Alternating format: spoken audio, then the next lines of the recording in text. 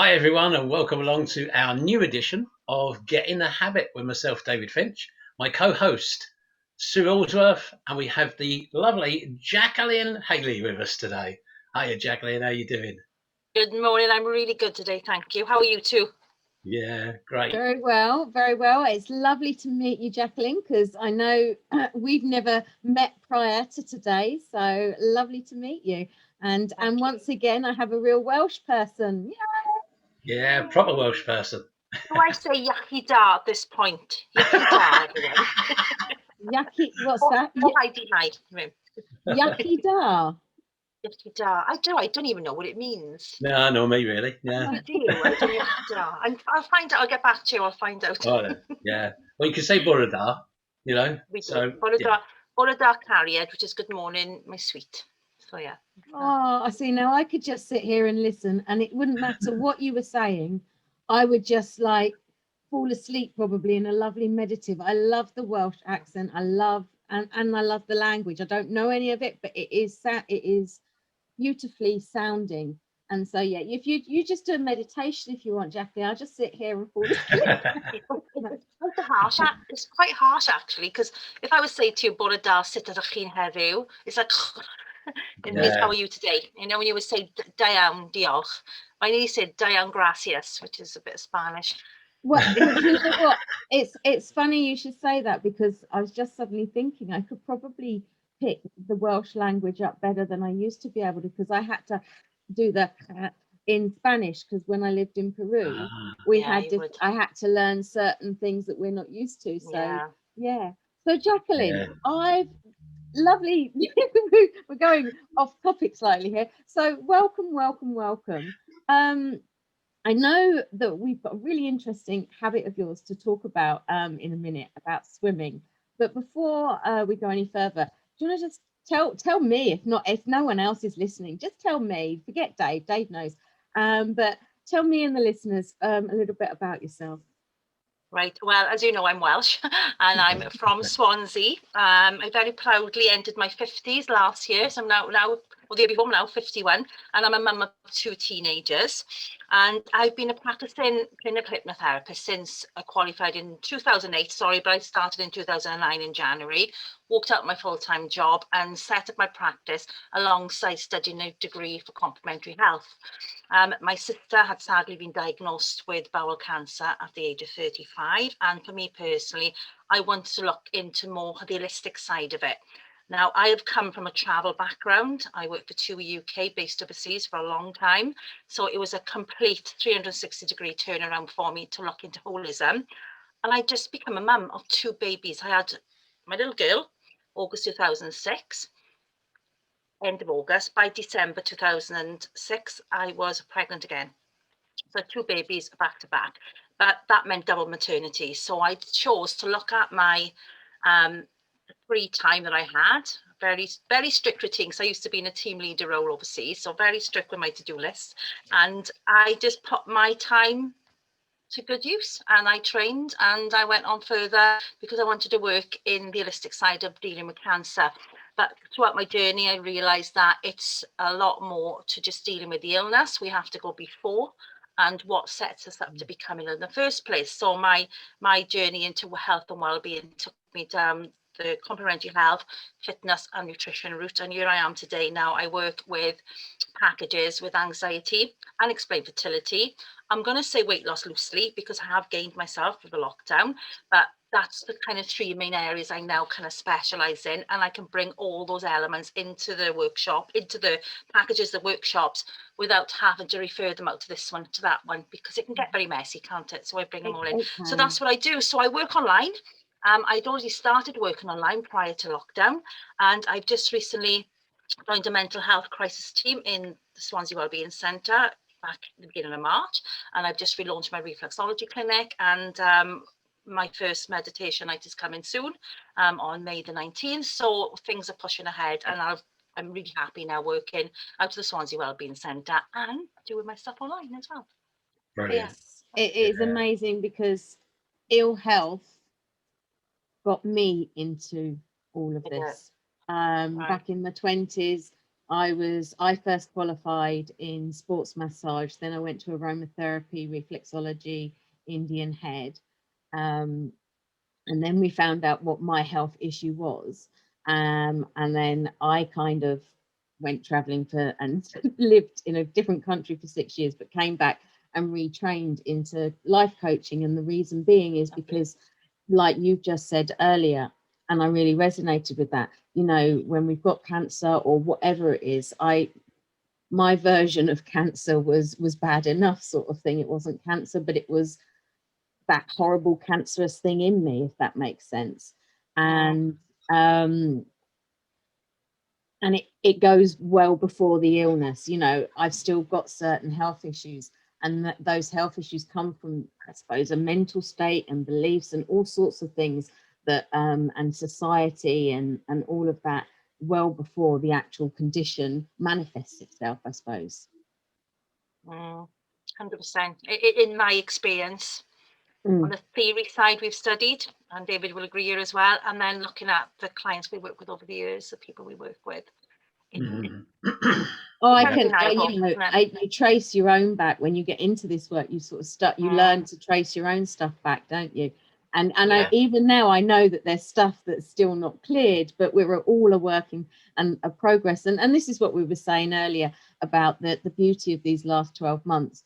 Because we've all been working from home and the facade has come down, and we're all human, aren't we? At the end of the day, we are just all humans doing the best that we can.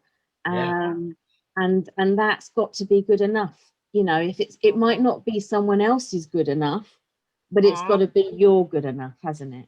You know, funny you should say that. When we had the announcement that the 21st we would be opening, it was the time it was like 90 days to it, and I actually changed my whole branding based on that, and it's now called Be the Best You Can. And the B, it'll be the animal. If you look at animal medicine, and that's going on another route, I know the B is really symbolic of that creativity and creating the change. And that became my new branding, and it was really weird. My web designer, who was now a friend, very good friend as well, just sent it to me. He just sent me this, and it was bright and vibrant, and it reflected more about who I am. You know, so it was really lovely. So I agree, to be the best for you in this moment. That's all we can ever be, can't we? It is. It is, and that I mean, I love everyone knows that one of my Bibles, shall we say, is the Four Agreements by Don Miguel Ruiz. Wow, I've literally just pulled that out of the drawer this morning. I kid you not. Has its own power. This book really sorry, does. I've got. I'm sorry, and that one. I've literally just put literally there. Look. I love you, Jacquelyn. We're best friends. No, I love Don Miguel Ruiz's books and his but one of the Four Agreements is always do your best. And that does mean on any given day, it doesn't mean that you've got to be perfect every day. It just means if you wake up not feeling great, do your best in that state that you're in at that given moment. And I like it. So I'm going to go back to a little habit that I heard a little bit about before we came live and then we're recording. And that is you go sea swimming, I believe. Yeah. I'm very excited to hear. My granddad, on my dad's side, he actually attempted to swim the English Channel twice in his life. Wow. He got as close to a mile, and then he got cramped and had to pull out. And I live by the sea, so I'm really excited to hear about this. Can I just preempt this little bit though, Sue, because you've not seen Jacquelyn's pictures on Facebook, have you? And the beaches where Jacquelyn goes are absolutely stunning. They're out of this world. And she's so lucky to live in Swansea because there are so many beaches around the Swansea area that you can go. And they are absolutely beautiful. We are very spoiled. And what I did yesterday as well, you know, we talk about dropping the facade. I am a curvy girl. I'm going to describe myself as a curvy girl. I'm a size 16, 18. And some say I wear it well. Some people don't say I wear it well. So yesterday, on Tuesday swim, my niece came with me, and we were walking out the water, talking and laughing with each other. And my sister grabbed a photo of us both, completely oblivious. and she sent it to me, and my face went, I look so fat. Oh my God, look at me. I had to quickly rein myself in and think, hang on, she was home from university. It was a surprise visit. I was lucky to see her. Yeah. Had a real good laugh in the water, because once you're in, it does. And when they say it was lovely when you're in, it's true. Yeah. We laughed, we had fun, and we come out and we were still laughing. And I thought in that moment, I forgot to see the beauty. I just saw this too much curves.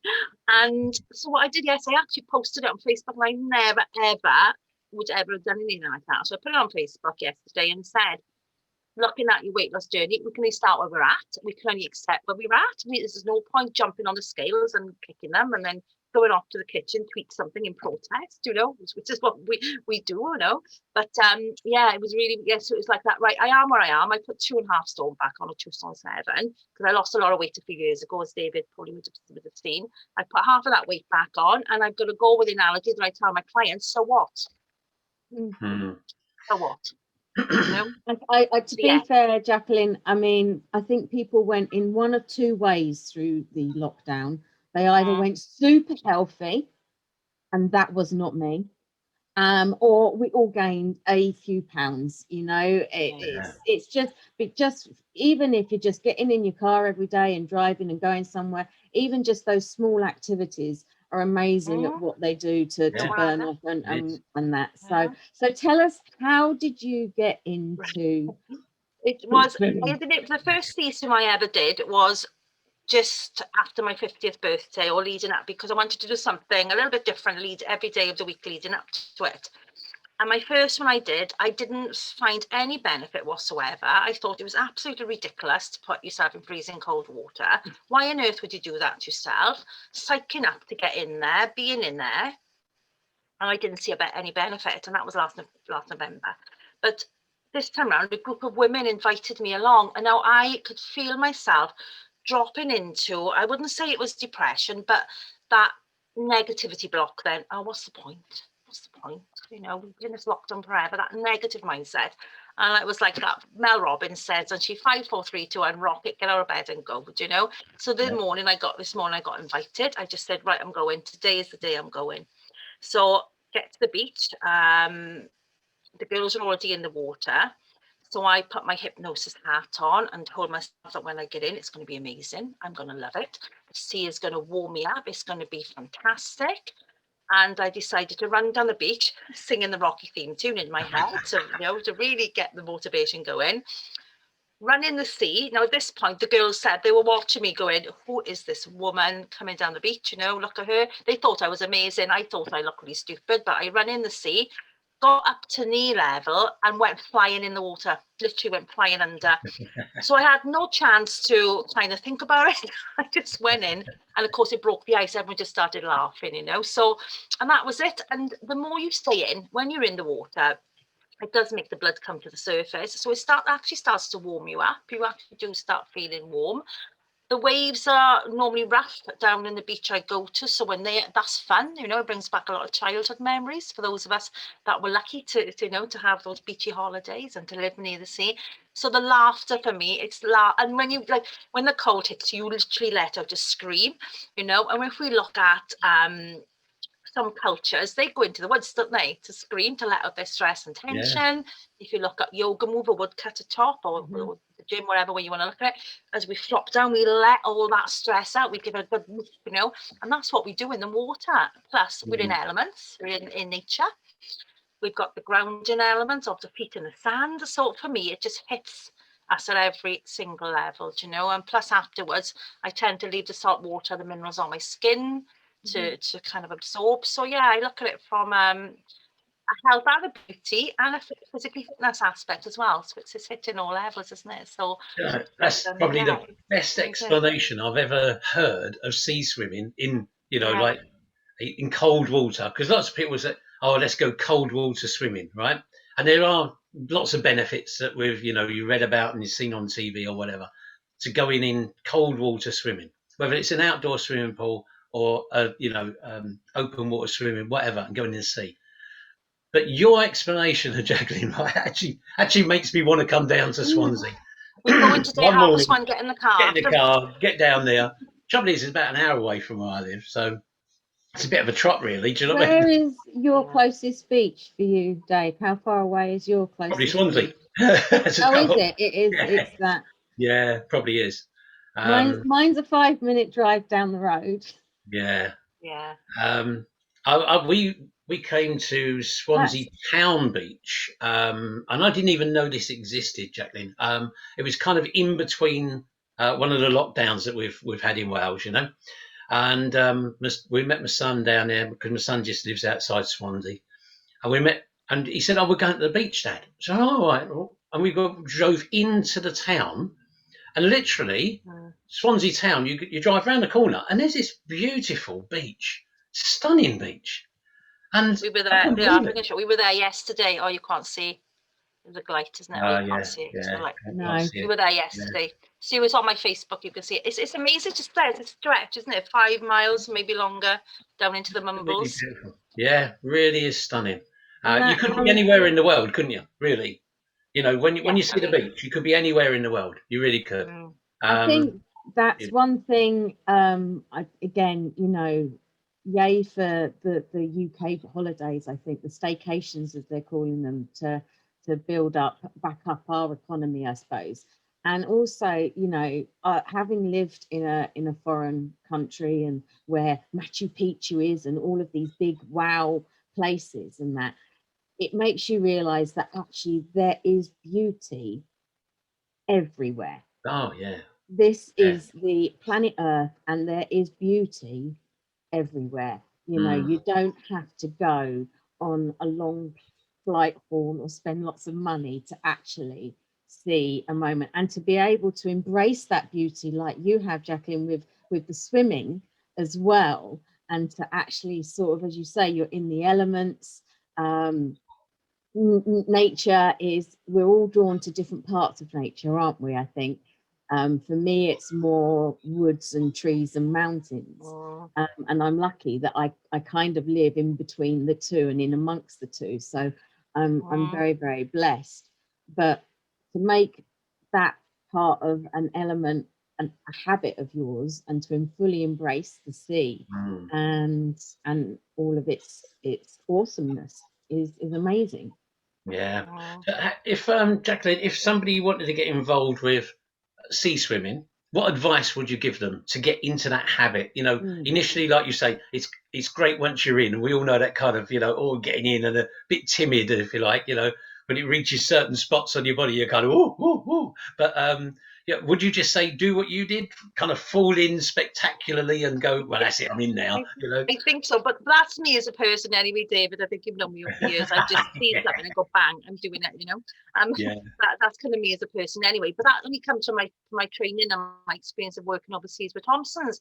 We didn't have time in some of the emergency situations we would be in to think about it. So we just went in. So whether that's just that my role has just made me see that and see the positives, because we've always got to find a solution when you work overseas. There's always going to be, and we are encouraged to look for it. So that has always been ingrained in me anyway.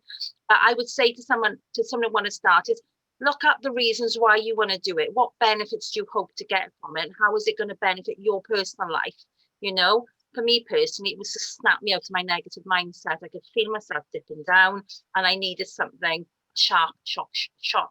Was it a sharp, short shock? And trust yep. me, I got it. They must have been listening because they threw me in that. You know, I got that. You know, and so what is important? What do they hope to get from it? What's the benefits they want to get from it?